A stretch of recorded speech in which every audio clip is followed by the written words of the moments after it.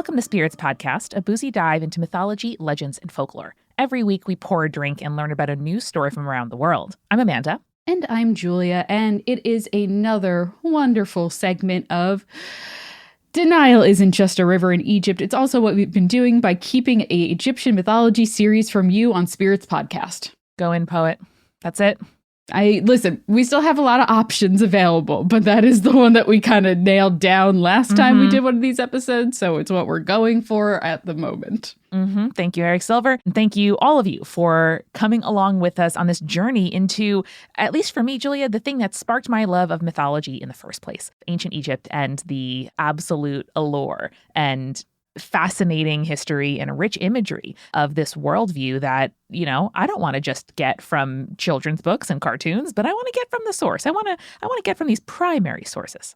And Amanda, I'm really glad you kind of talked about the imagery of Egyptian mythology as a whole, because the goddess and also concept that we are going to be talking about today is definitely one that appears in a lot of art that is popularized about Egyptian mythology. And you'll see a little bit what I mean in a little bit, but what we're talking about today and who we're talking about today is Ma'at. Ma'at. I can't believe that, like all of us, she is a concept and a person. I can't wait. You know what? We are all concepts and also people at the end of the day, Amanda. That's true. You know, like, have you ever described to somebody like, oh, this is a real Jake. Like, this person is a real Amanda in this aspect, a real Julia in this aspect. I love that. I love when your role and mythos in a friend's life grows to exceed you and to become a representative example of something else. So I'm really excited to learn about Ma'at. Man, I never thought about it that way, but I love that. That's so beautiful. We're going to be talking about Ma'at, and when we talk about Ma'at, we aren't just talking about a goddess, but also a concept, one that is extremely central to all of Egyptian life. Now, Ma'at is loosely translated a lot of times to rightness or orderedness, and basically it kind of represents the cosmic order. So as we remember, the universe was created out of a sea of chaotic waters, and Ma'at represents kind of the opposite of that. So when the world was created, as you remember from our Ra episode, Ra set Ma'at upon the creation mound, creating order in a universe that was already full of chaos. So Ma'at is quite literally the personification of order. She is less the goddess of rightness and order and more of the concept personified. It's a subtle but like kind of important difference that we have to keep in mind moving forward with this episode, and also in general moving forward with this series, because as you'll see, Ma'at is so central to the ethos of Egyptian culture. I'm stoked to learn about her. We talked about in the Ra episode how Egyptian royalty, especially the Egyptian kings and the pharaohs, were charged with maintaining Ma'at in the world. It's also really interesting, like when you're looking at research and study about Ma'at, the capitalized version represents the kind of deity and goddess, while the lowercase, like small Ma'at, is like kind of the concept in the world talking about it. Okay, very helpful. So these Egyptian kings, the pharaohs, were charged with maintaining Ma'at in the world because this was kind of a reciprocal relationship, because they were given divine right to rule because it was part of the divine order and therefore a part of Ma'at. However, all Egyptians were divinely tasked with maintaining Ma'at within their own spheres of influence, whether that was in the household, in the workplace, in society, etc. So whatever was like important to them or wherever their place was in society, they were charged with maintaining Ma'at. And this was really important not only to the divine order, but also to the afterlife, which we know is extremely important in the Egyptian way of life. The dead were actually judged on whether or not they had done or spoken Ma'at. And this is reflected in funerary texts and tombs that we have as a reference, and something we're going to be talking a lot about in the later half of this episode. But it's also important to know that this means that both earthly and divine justice have no real distinction, because all of that justice and rightness that exists both by the God standards and by mortal standards all stems from Ma'at. And either you advance, maintain, build Ma'at, or you don't. Yes. And so whether you're judged when you're living or when you're dead doesn't really matter, because it's all sort of the same we're driving toward the same goal. Yes. We're flowing in the same direction. Exactly. That judgment is all stemming from the order of the universe, which is Ma'at. Nice. So how did worship of Ma'at start? We can talk about kind of her historic origins as well as her mythological ones, but starting with the historic ones, we know that she existed from texts in the Old Kingdom and is mentioned in the Pyramid text, which if you need a refresher on those funerary texts, you can check out the first episode of the series. It's a really good kind of layout as to where these came from and why they were important. But in the Pyramid text, she is said to stand behind Ra as the creator and the king of the gods. And as we mentioned in the Ra episode, she is the daughter of Ra, but she wasn't always worshipped and referred to as that until the New Kingdom. So that was kind of a later development, kind of like mid-ancient Egyptian historical period is when she started being worshipped and referred to as the daughter of Ra. Very cool. So this is really interesting, too, because while Ma'at and the idea of the lowercase Ma'at, the concept of Ma'at, is extremely important in basically all of ancient Egyptian history, the worship of the goddess Ma'at ends up kind of falling on the wayside because as the worship of the goddess Isis grew in the later Egyptian periods, she kind of was subsumed by Isis. So goddess Ma'at subsumed by Isis, who then became the upholder of lowercase concept Ma'at. Makes sense. The responsibilities remain, but exactly who you're praying to, exactly why it's happening, exactly who you venerate, what images you use, those can shift and change over time. But what I'm hearing is that the kind of central like value and moral and thing that we're all driving toward remains consistent. And this is also true in what we talk about, like when we talk about ancient Greek history in terms of the mythology, we see a lot of like, oh, you know, that used to be this god. And then when the spread of Zeus as worship started happening, they were subsumed. And so Zeus gains a new epithet and is related to that god that is no longer worshipped. Julia, it's like a sticky hand. Okay. And when you put your sticky hand on the wall or on the ceiling, it's going to pick up the residue of what's there. And ultimately, what you're venerating is one sticky string that has lint, dust, carpet fibers, pet hair, maybe some belly button stuff. And it's all in there because it's a marker not just of the hand that began, but the places that the hand has gone. Amanda, you're absolutely right. Never thought of a sticky hand as a good mythological analog, but hey, here we are. Spears Podcast. You're welcome. So that is the kind of historic worship of Ma'at. But in terms of the mythological origins of Ma'at, you might remember we mentioned Ra's two children, which is Shu and Tefnut.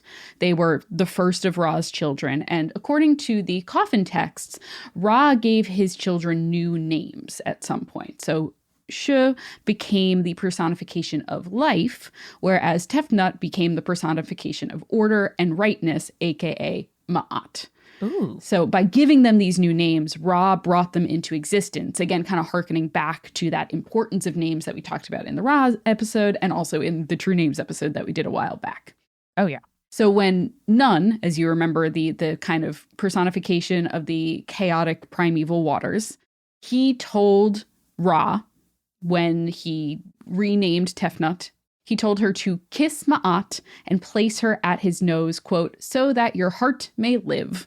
Okay. We'll talk a little bit more about what that means, but there's not a ton of information from this myth that really survived. But we know that from the surviving texts that she is very central to Egyptian cosmology. And there's some interesting interpretations as to what Nun meant when telling Ra that he had to keep her by him so that his heart may live.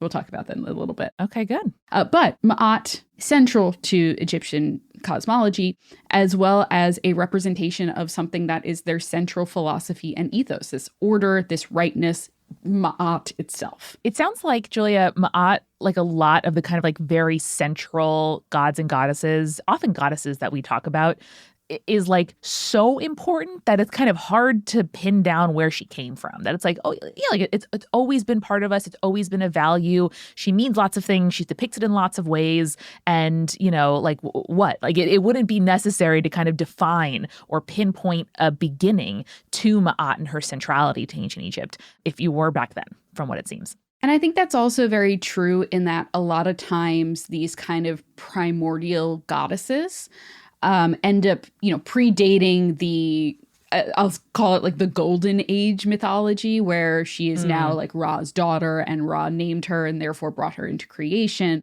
She probably existed before that. And we know that she existed before that. And it wasn't until like Ra's influence grew that they decided to like have her be kind of the right-hand man, the favorite daughter, et cetera, et cetera. So what did worship of her look like? Like, what does the record show us? How did people, depict and venerate and make her part of society? Well, that's a great question. Let's talk about art for a second. Let's do it. So if you were to look at art in a tomb or a temple, I would say that you would be able to identify Ma'at fairly easily. Oh. Even though she is depicted as just like a human goddess, as opposed to the like animal and animal hybrids that we see a lot in Egyptian mythology. She has one very identifying feature. What's that? A feather on her head.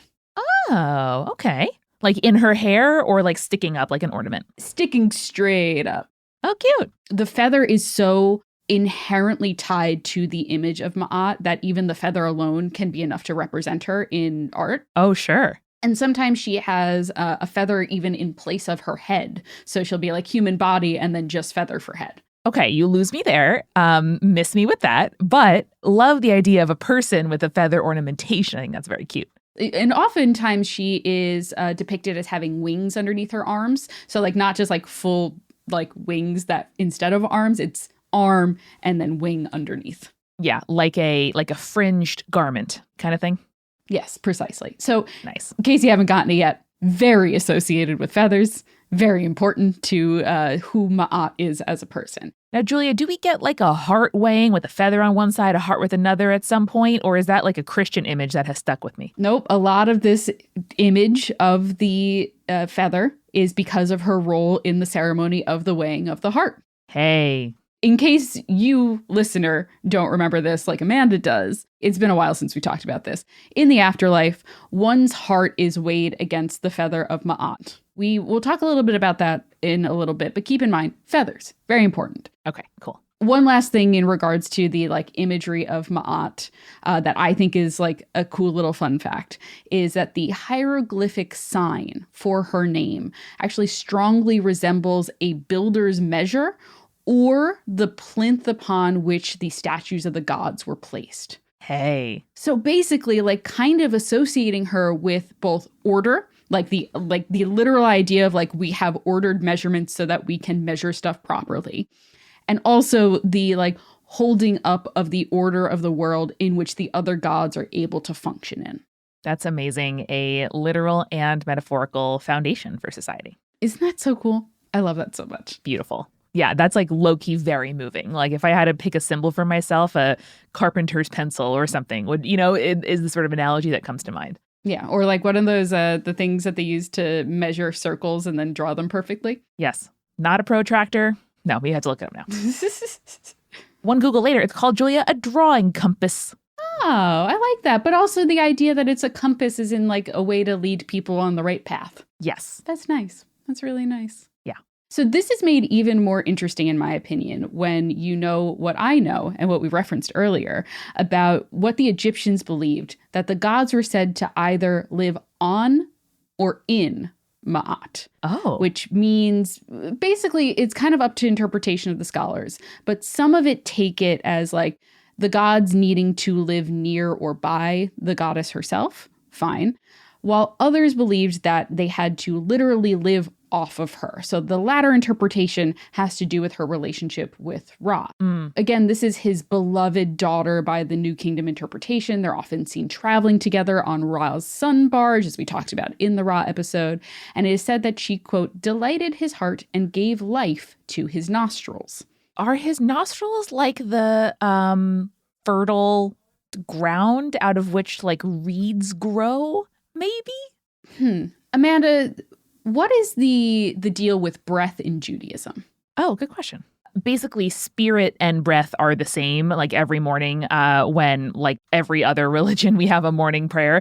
The specific wording that ours takes is like, thank you for restoring the breath to me. The idea that like in sleep, it might be dangerous and you might, sort of your life coming back to you is not for certain. And so when you wake up and take that first breath, it's like, oh, thank God, I'm back. So I think that the Egyptians kind of believed something very similar in that when we're talking about the nostrils of Ra, we're talking about the breath that he takes as well. Interesting. So scholars believe that this is kind of like Ma'at giving Ra sustenance, either by him breathing in her energy, which is why she lives by his nostril, quote unquote. I see. Or else eating her in some regard in order to give him power to live. Fascinating. Which is also a way that they translate it. Yeah. So we got like a very like kind of Jewish perspective, I think, in some ways. And again, these are religions that, either coincided with the Egyptian period or, predated in some ways.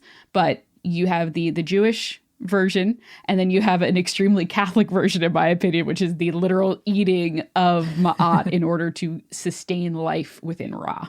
Yeah. And, again, those are our particular examples. I'm sure most listeners can draw some kind of parallel, right? Like we've talked in so many ways about folk wisdoms and healings that include, eating or imbibing some portion of what it is that you want to channel and have more of, or maybe have less of. And just the business of consumption and sustaining a body is something that I'm always so tuned in when that comes into our religious practice, because I think that's the central thing we're trying to reconcile, right? Is like being a being that can transcend our own form while also having one definitionally, and how to put those two things together.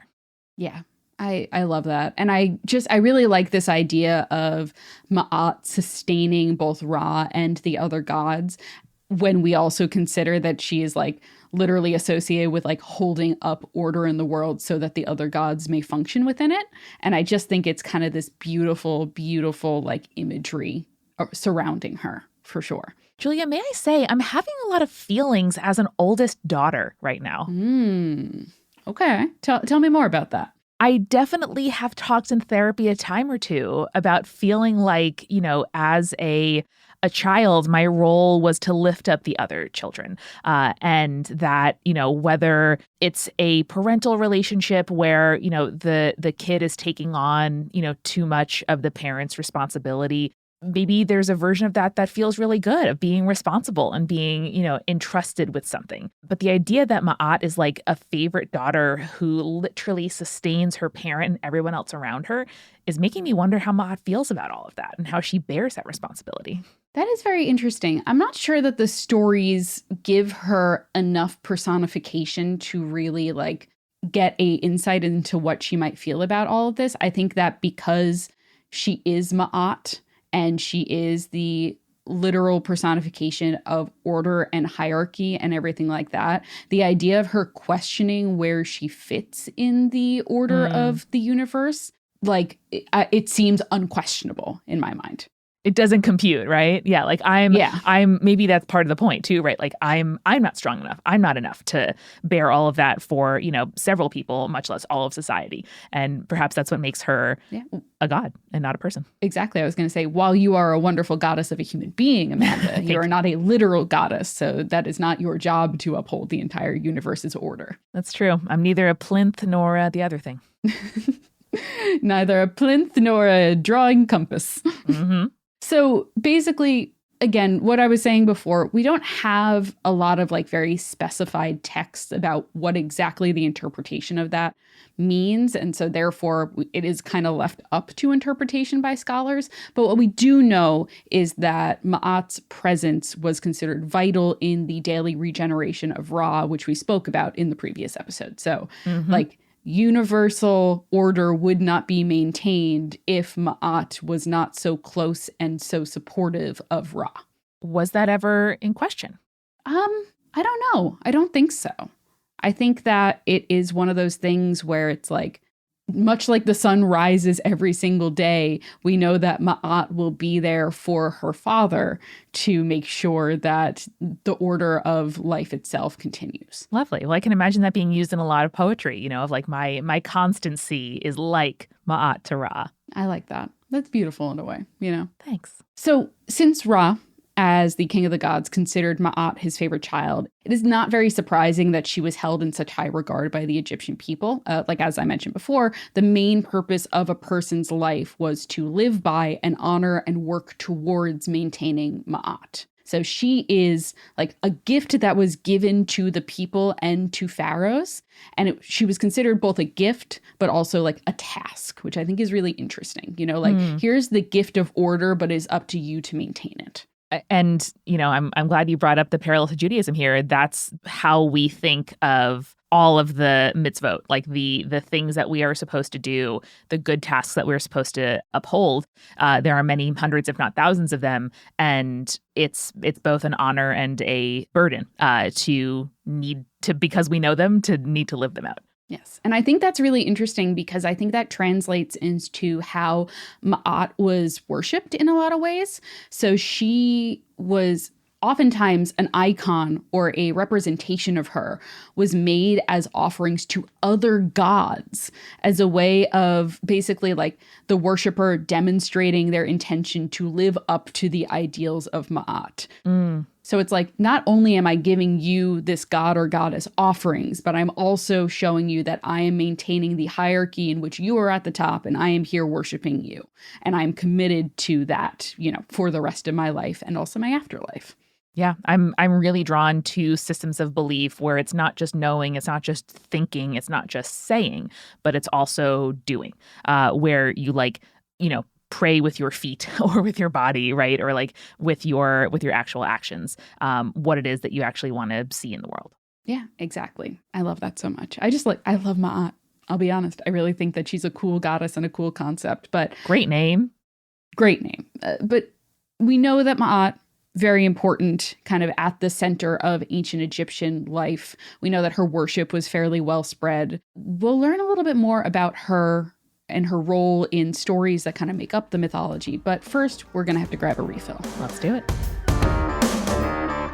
Hey, this is Julia, and welcome to The Refill. We have some new patrons in our Patreon, but we will update you on their names just as soon as we are back from tour. But in the meantime, thank you to our supporting producer-level patrons, Alicia, Ann, Ariana, Ginger Spursboy, Hannah, Jack Marie, Jane, Nieselkins, Lily, Matthew, Phil Fresh, Rico Like, Captain Jonathan, Malachi Cosmos, Sarah, and Scott, and of course, our legend-level patrons, Audra, Bex, Chibi Yokai, Jeremiah, Morgan H., Sarah, and Bia Me Up Scotty. And hey, if you've been enjoying Spirits and you want to check out what else is going on at Multitude, have you ever checked out Exolore? Have you ever wondered what life would be like on a planet that is different from our own, or how writers create your favorite fictional worlds? Well, wonder no longer, because we have the facts for you. Every other week, astrophysicist and folklorist Dr. Moya McTeer explores fictional worlds by building them with a panel of expert guests, interviewing professional world builders, or reviewing the merits of worlds that have already been built. You'll learn, you'll laugh, and you'll gain an appreciation for just how special our planet really is. Subscribe today by searching Exolore in your podcast app or going to exolorepod.com. And this episode is sponsored by Soul. Look, I am always looking for a natural way to wind down. And typically at the end of a long day, I'll go for a glass of wine or a beer or like make myself a cocktail. But I don't always love the feeling of that. Sometimes I don't want to worry about a hangover or bloating or just like having to deal with making a cocktail. I love cocktails, but sometimes it's not enough. And that is why I'm really obsessed with Soul's new out-of-office THC gummies. This podcast is sponsored by Soul, and did you know that you can now buy hemp-derived THC products in all 50 states of the United States? With Soul, you can. With their brand new out-of-office gummies containing hemp-derived THC and CBD, you can help get that much-needed me time at the end of the day or even during the day. Whenever you need it, Soul is there. And how can Soul send you THC products no matter where you live in the United States? It's because of the 2018 Farm Bill. Hemp-derived THC is now legal and accessible nationwide, and it's great. With out-of-office hemp-derived THC, Soul delivers a variety of gummies that help you get buzzed, but not blitzed with a predictable microdosed euphoria.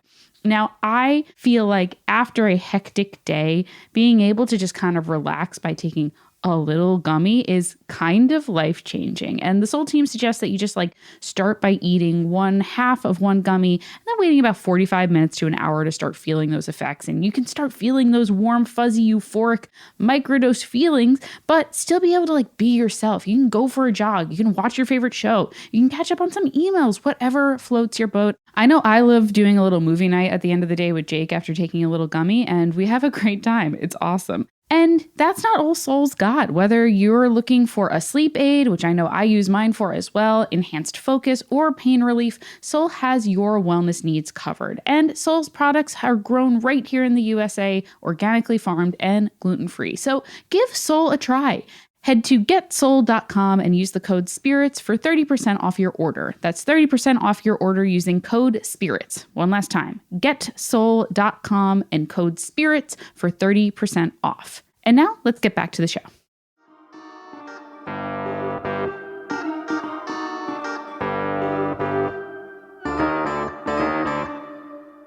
Amanda, we're back. And for Ma'at, I was kind of thinking about what kind of cocktail that I wanted to make for this one. My first instinct was that there's a classic Kansas City cocktail that's called the horse feather. Ooh. And I was like, well, that kind of works because feathers, super important to Ma'at, etc., etc. Horses pull sleds. So there you go. Across the sky, Ra. Oh, yes. Cool. Yeah, makes sense. Makes sense. I was like, where are we going with this? I know it's a boat, not a sled. You know. I mean, Erie Canal, Amanda, the horses pull the boats through the locks and whatnot. Don't get me started. Julia, note to self, Erie Canal mythology. When we do our Rust Belt tour, that'll be there. Great. All right. Moving on. The horse feather didn't feel quite right, but I thought about instead my favorite category of drink to make, which is an equal parts cocktail. It is. Because basically, so these are cocktails that are made up of multiple ingredients, but all of the same amount of each ingredient. So, for example... I see where you're going here. Some order. My favorite cocktail is The Last Word. That's an equal parts cocktail. So it just makes sense to me that Ma'at would be kind of all about balance. And so would probably love the idea of oh yes, equal amounts of all of these things creates a nice balanced cocktail. Exactly. The strongest shape, the triangle. Exactly. So for this episode, I am bringing back a cocktail that was popularized all the way back in 2022, Amanda. Oh. You might remember House of the Dragon actor Emma D'Arcy. Oh, yes. So I am recommending for this episode the Negroni Sfagliato, aka the mistaken Negroni. It's basically just a Negroni where the bartender accidentally grabbed Prosecco instead of gin. What? And so made the Negroni with Prosecco. So instead of a Negroni, which typically has gin, they add Prosecco instead. Negroni is Sfagliato with Prosecco. Sfagliato. It's the Negroni, but I fucked it up. What a throwback. I'm thinking Aperol Spritz, but no, that was 2017. What am I doing? Yeah. But hey, it's been 2 years since we were all really obsessed with that weird Negroni, huh? Sfagliato with Prosecco.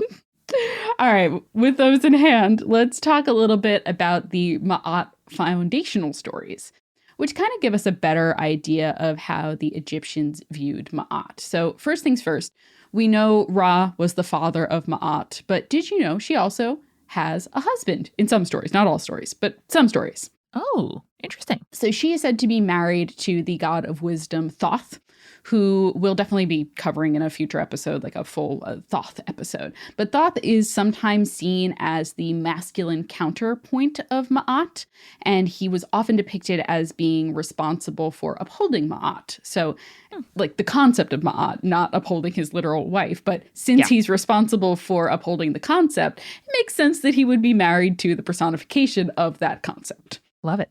I'm trying to think of what the equivalent nowadays of that would be. And it's I guess a tennis announcer being married to a tennis player or something like that. Yeah, I'm trying to think of ones that don't involve a messed up power dynamic. Mm-hmm. This, for the record, not a messed up power dynamic between Thoth and Ma'at. Right, yeah. Right, because if it was like, a musician and their manager, like we all know that goes bad. Or like maybe like an artist and a museum curator, but they worked separately. You know what I mean? Yeah, no, that makes sense. I like that. Yeah. So Thoth is kind of seen in the mythology as this kind of just judge and this incorruptible officer, basically.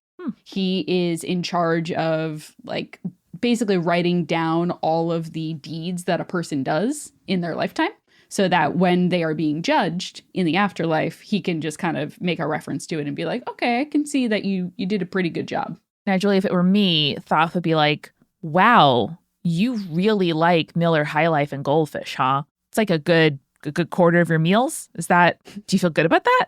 And I'd be like, no, Thoth, but it's what I am. But Thoth would then be like, well, I mean, it doesn't put the order of the universe out of order, so it's probably fine. Yeah. You're not hurting anyone besides yourself by eating goldfish and Miller High Lifes all the time. That's true. And, I'm keeping the pony bottle manufacturing business, which was briefly, put on hold during COVID in business. So maybe that's a net good. Yes. Maybe that is you're upholding the hierarchy of the universe. Thank you. That's your version of upholding Ma'at. Thank you. So in some versions, the two have children together, most notably the goddess Sechet, who is the goddess of, Amanda, this might be your domain, now that I think about it. Oh? Measurement and writing. I love measuring and writing. I know you do. Oh, that's really good. So honestly, it seems right out of the money for those two to have a child who is about measurement and writing. Julia, do you know who the author Cory Doctorow is? I've heard the name, but I couldn't tell you any of the work. He writes a lot of like speculative fiction, cyberpunk, science fiction, and he's also a sort of like internet neutrality and freedom fighter. And recently I was listening to an interview with him and he's like, yeah. So like my parents who were, Nazi Germany refugees who settled in Canada and then established a like Yiddish socialist day school. And I was like, oh, that's how you get a Cory Doctorow. That's how you get somebody like deeply obsessed with freedom and socialism and like the sci-fi intellectual tradition. That's exactly how you get one of those. And I mean, that's how you get someone like Sechet. So it makes sense. You can kind of look at parents sometime and be like, oh, I see how you birthed this person. It all makes sense now. Exactly. I honestly, I wish there was kind of like a fun story about like how or why the two were married or like, the birth of Sechet or something like that. I couldn't find anything in my additional research. So it kind of falls under that same category of it's like we have so little like actually surviving text about ancient Egypt and Egyptian mythology that it gets really hard for us to be like, okay, well, like working around what we kind of know based off of those funerary texts, we can assume that, this person was the daughter of this person and they were married. We just don't get the story on how they were married or anything like that. Something that is interesting to me is that there is a bunch of like golden age myths that reference a period in which Ma'at ruled the world, as opposed to Ra, which I think is kind of interesting. This was, of course, a great time for humanity because, of course, the one person that you would want to be in charge of the universe or the world would be the goddess of order and rightness and justice. Yeah. What changed? I'm so interested. So it was said that eventually Ma'at was said to have withdrawn from Earth to the heavens because she was grieved by the wicked behavior of humanity, kind of similar to how Ra withdrew from the Earth after humanity turned against him.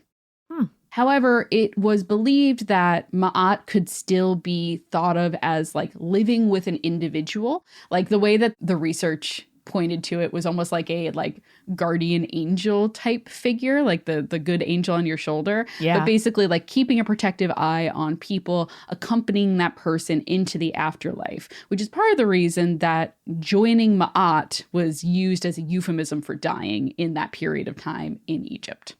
There's way worse and less poetic euphemisms for dying. That's pretty good. That's pretty good. Like not the best one I've heard, but like high up there, like definitely higher on the average curve. Yeah, I think there is a real beauty in that where, something about maybe you don't like that this is the order, but something about this settles something when it feels like it unsettles and uproots, right? Like so much of your life. I'll be thinking about that. because we have that euphemism for dying, that brings us back to Ma'at's role in the afterlife. Right. So we know that in the Book of the Dead, the Hall of Two Truths, which is sometimes translated as the double Ma'at, because again, remember, Ma'at can be translated to truth or justice. This is where the souls of the dead would be judged. There, the heart of the dead would be weighed against the feather of Ma'at. And if, like Ra, the person had Ma'at in their heart, the scales would balance and the deceased would be declared true of voice or justified. Huh. What happens to the dead if the scales don't balance? We'll be touching on that in a later episode. Hey. So another thing that I think is important to talk about is the 42 negative confessions. Excuse me? Now, we know from the Book of the Dead and other sources that the Egyptians would do something that we basically call negative confessions to the gods and goddesses that witnessed the weighing of the heart. Now, these were basically lists of things that they hadn't done, but could have, but didn't do. Oh, I would be great at this. So it could really vary from person to person and source to source. But the one that we have written down that's been preserved comes from the Papyrus of Ani, which is a text of the Book of the Dead prepared for the priest Ani of Thebes and included in his grave goods that they found in his tomb. So these negative confessions were personalized. So they're specific for Ani of Thebes, not anyone else's negative confessions. But it'll give you kind of a general gist of what these looked like. I'm fascinated. Let's do it. Yes. Also, before we get into it, I just want to read what scholar Eric Hornan said about the negative confessions, because it'll give you a kind of idea of kind of what their role is. So he says, each denial of a specific form of injustice cleanses another layer of the earthly taint, bringing forth unblemished justice, ma'at, and ensuring the purity of the deceased, which is a requirement for the blessed life in the beyond.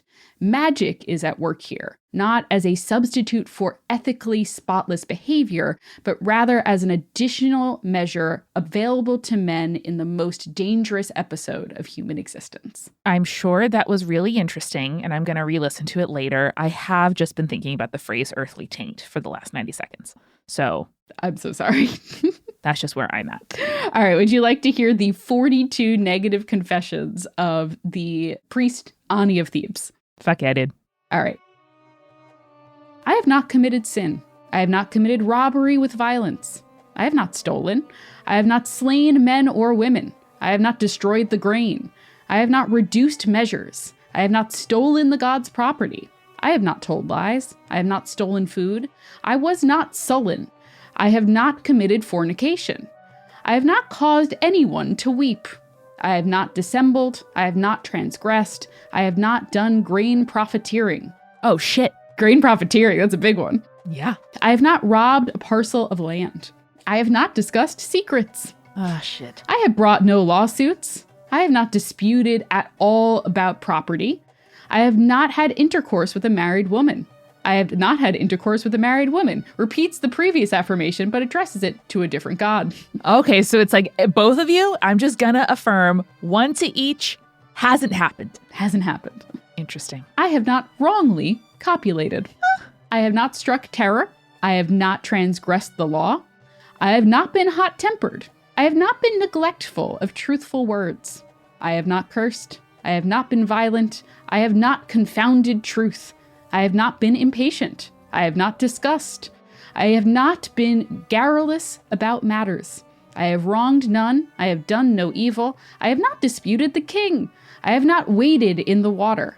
My voice was not loud, spoken arrogantly or in anger. I have not cursed a god. I have not made extollings or bragged. I have not harmed the bread ration of the gods. I have not stolen the kenfu cakes of the blessed dead. I have not stolen the hefnu cakes of the youth, nor have I fettered the god of my town. I have not slain sacred cattle. What a list. Now, do we know, would people get creative with this and say if they have killed a woman but not a man, say I've not killed a man and leave it at that? I mean, I suppose you could, certainly. The problem is we really only have Ani of Thebes' like full accounted for list. Got it. It's the only like surviving one that at least I could find on record. But we do know that this was like a practice that one would do. So I guess you could technically list whatever you wanted. It's also worth noting this was prepared for Ani of Thebes and not like written specifically by him. Oh, it wasn't like I draft a will while I'm living and then it like stands for me when I'm dead. Other people around him were like, you know what? I can definitely say he never raised a lawsuit. Yeah. No, I think that was probably more it. And then they probably cover like the real bases of things. Sure. And then, you're just like, well, listen, I never saw him be violent or I never saw him discuss secrets, I guess that could be kind of beautiful when the person passes away. And anyway, it'll come out in the wash with the weighing of the heart, right? Like it's not as if there's going to be deceit going on. Exactly. And this is what Eric Horning was saying too, was like, basically, this is not a substitute for ethically spotless behavior, but rather as an additional measure available to men in the most dangerous episode of human existence. Julia, I gotta say, these negative confessions are the opposite of al-Het, which is the prayer we say on Yom Kippur, where as a congregation, we say like, I have sinned knowingly, I've sinned unknowingly, I've sinned intentionally, I've sinned unintentionally. Like we go through, say it 10 times, like dozens and dozens of things that someone somewhere in this room has definitely done. And, the idea is we make meaningful repair for those actions and start again the next year, hoping that next time we say it, it won't apply to us. That is beautiful. I love that. But now I can only get out of my head that these negative confessions are playing the game Never Have I Ever with the gods. Yes, they are, Julia. And that's just so silly. I love that so much. Julia, never have I slain a sacred cattle, not one. Not one. And then someone in the room is like, shit, and finishes their drink. Yeah, someone in line behind them is like, fuck, I did do that. Damn, I was garrulous all the time. Never have I harmed the bread ration of the gods. Damn, I did commit fornication. Shit. Damn. So these negative confessions are important because, again, it shows how the dead need to uphold Ma'at in their life in order to please the goddess and also help the scales to balance, right? Now, there is one other story that's not about the goddess herself, but is about the ethos of Ma'at, which is called the Eloquent Peasant. Oh. It's a little bit of a long story, but it is the tale of a peasant whose name is Kun Anup, who comes across the property of a nobleman, which is guarded by his harsh overseer, right? Now, this story is kind of a reflection on the connection of ethical order and refined speech, as well as upholding Ma'at. So because Ma'at focuses on harmony and balance, it allows the kind of social hierarchy to be prevalent in the average person's everyday life, right? Like Ma'at is being upheld constantly by everyone in the world. Yeah, it's not just about noble people. It's not just about policy. It's like how we relate to each other every day. Yes. And so this story actually gives us a glimpse of how justice in crime was obtained. Remember how I said earlier in the episode that divine judgment and earthly judgment were the same because they all derive from Ma'at. So like even though guilt in some cases is determined by hierarchy, justice can be served by judges because judges were expected to interpret Ma'at on a case-by-case basis. So like you could be like, well, in the story, it's like this harsh overseer is like, this peasant should not be allowed on the land of this nobleman. And this guy is like, but actually Ma'at says that I am allowed to be here and justice will be served. And so when they go in front of the judge is like, actually, he's absolutely right and has spoken truth. And by speaking truth has spoken Ma'at. That makes sense. You have to have, you can't like prize hierarchy above all. If there's no other like higher truth, I feel like it's a human thing that'll be corrupted. Yeah, and exactly. So Ma'at has to be constantly interpreted in order to maintain justice, and justice comes from Ma'at. Yeah. I have a little poetry corner from The Eloquent Peasant in which he talks about the nature of Ma'at. Are you ready for that? Yes. So he goes, "When you go down to the sea of justice and sail on it with a fair wind, no squall shall strip away your sail, nor will your boat be idle. No accident will affect your mast. Your yards will not break. You will not founder when you touch land. No flood will carry you away. You will not taste the river's evils, and you will not see a frightened face." Wow. So basically this kind of beautiful idea of like, the sea of justice. You will have fair wind. The wind will never get strong enough where it will rip away your sail, nor will it be like so idle that your boat will become immovable. You know what I mean? So this idea of this kind of balance, and that is what Ma'at is at the end of the day, is this idea of divine balance. That sounds perfect. So I just really like the idea of like, yeah, you know, like the wind will be there for you to set sail. It will not, you know, stall you, and it will not rip away your sails. It's just like a really beautiful image. Exactly. And, you know, don't be sort of ungrateful or upset that you're not going fast enough, because much better than the alternative. Yes, precisely. So that is what I have for Ma'at. And I think that learning about her really gives us a great idea of the ethos and basis in which a lot of the stories and deities that we'll be talking about in future episodes are kind of based on. By understanding Ma'at, we understand Egyptian culture and the culture that created this mythology. And so as we approach future episodes, I hope that we can like kind of keep in mind that at the end of the day, all of the stories are there to reiterate that finding justice and balance was perhaps the most important thing to ancient Egyptian culture. Right on. I'm really excited to think about Ma'at and how she is being upheld and how the concept is being upheld or not as we continue through, Julia, our landmark and really, really easy to remember series. Denial Isn't Just a River in Egypt is what we've been doing by keeping an Egyptian mythology series from you on Spirits Podcast. Very easy to remember. I'm sure if we spelled out the acronym, it would spell something very like succinct and perfect. Dijari is how it begins. Okay, there we go. Well, next time you're having your heart weighed against the justice and order of the world, remember, stay creepy. Stay cool.